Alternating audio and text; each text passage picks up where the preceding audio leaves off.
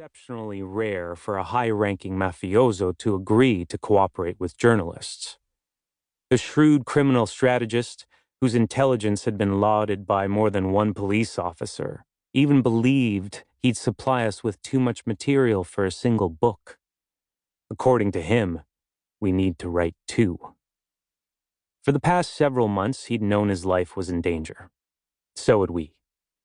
We'd therefore decided it would be less risky to hold our meetings for the project in a far-off location across the Atlantic in late August 2019. It might be him. I have a funny feeling, I told Félix over the phone after examining Maxim's photo. We immediately reached out to our police contacts to try to identify the victim as quickly as possible. Previously, I'd had a source who was a card-carrying member of a biker gang. This was during the bloody war between the Hells Angels and the Rock Machine over control of the Quebec drug trade back in the 1990s. Our first interaction had narrowly averted disaster.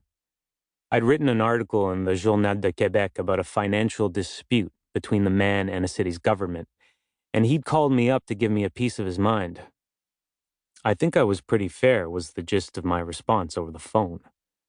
I didn't publish your home address in the article. If the police turn up at your door to arrest you, that might be a different matter.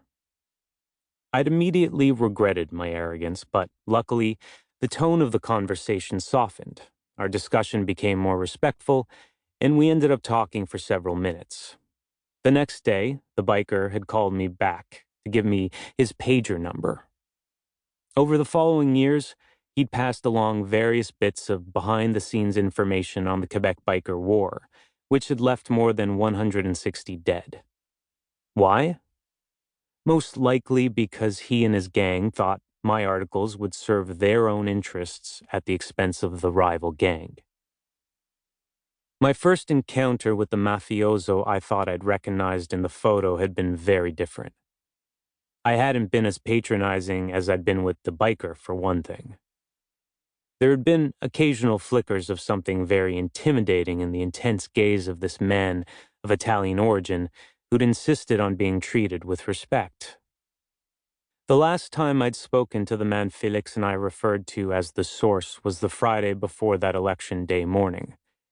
He'd insisted on meeting again here in Montreal to pass along some documents.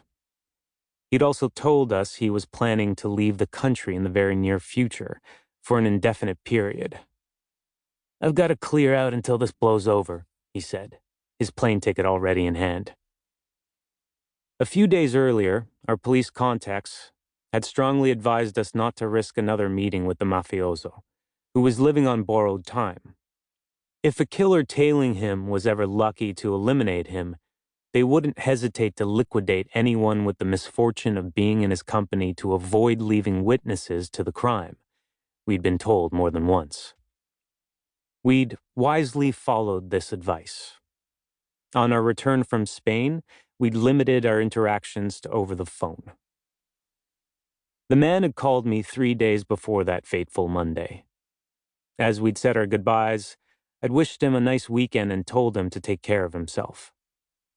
He wasn't the type of mafioso to walk around surrounded by bodyguards, but he took plenty of precautions to cover his back. It hadn't been enough. At 11:40 a.m., I received a brief text message from a police source. I was still staring at my phone screen in disbelief when Félix called me and repeated the same 2 words I'd been reading over and over. It's Andrew. Eric Thibault. Chapter 1. Are you impressed?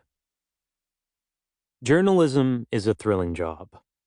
But while it's full of adventure, it can also prove challenging, especially when it comes to the confidentiality of journalistic sources. This key aspect of the job poses moral and ethical dilemmas. In Quebec and the rest of Canada, this sacrosanct principle of confidentiality is enshrined in law.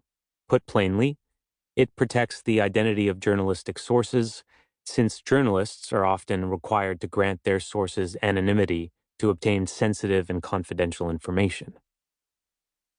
Eric and I had struck this type of deal with Andrew Scoppa.